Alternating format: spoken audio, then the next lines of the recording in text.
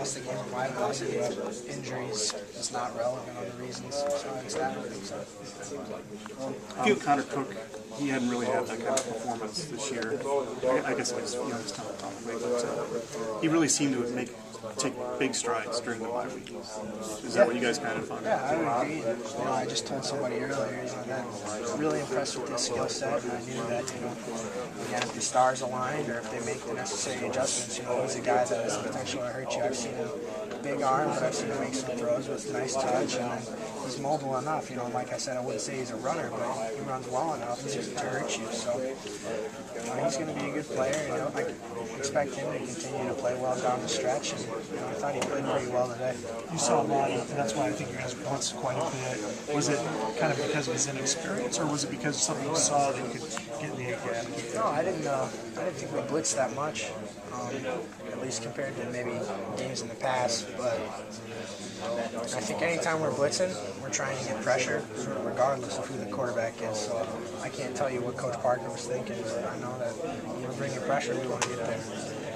I think they pulled the red shirt on number 22. It seemed to be a pretty tough running back, especially a true freshman. Yeah. He's a big boy. Is there anything when you guys are lined up in the nickel specifically that you feel could and should be better for you going forward? That's a better question for Coach Parker. I'm not into pass judgment or dictate philosophy. The fourth quarter there, after you guys get a stop, they get that fake punt. Just what's racing through your mind when, one, you see them running that, and then two, realizing you have to go back out there? And once the ball was snapped and they were running, it was apparent they were going to get the first down. So now it was just a question of where was the play going to end, and they were within field goal range. So for us, it's go out there and try to either create a turnover or move them back out of scoring range. And there's no sense of anguish or we got to go back out there. It's just we liken it to being like a firefighter, right? And when you have a sudden change like that, it's somebody ringing the fire alarm. How much is it like between thinking and just going out and simply playing? Because obviously there's going to be instances where they're just going to punt the ball to you. But what do you mean? Well, like when you line up in a situation like that where they do end up running a fake punt, is that something that you always try to be conscientious of and that the coaches always alert you about? Is there anything? Yeah, that's on the coaches and the players.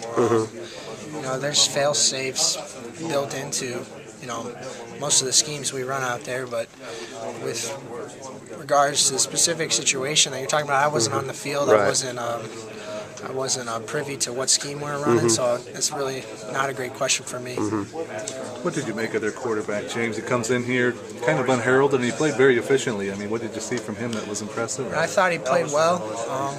Did a good job of sort of extending plays with his feet. I think he stayed within himself. He didn't make too many dangerous throws. One could argue that the interception wasn't a dangerous throw, except for the fact that it might have been 3 or 4 seconds into their drop.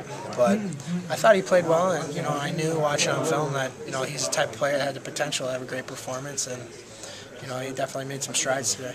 As a captain on this team, what do you go and do now this week to get the guys regrouped, and two, not allow this game to have like a snowball effect, kind of like last year? Yeah, we're just focused 1 week at a time.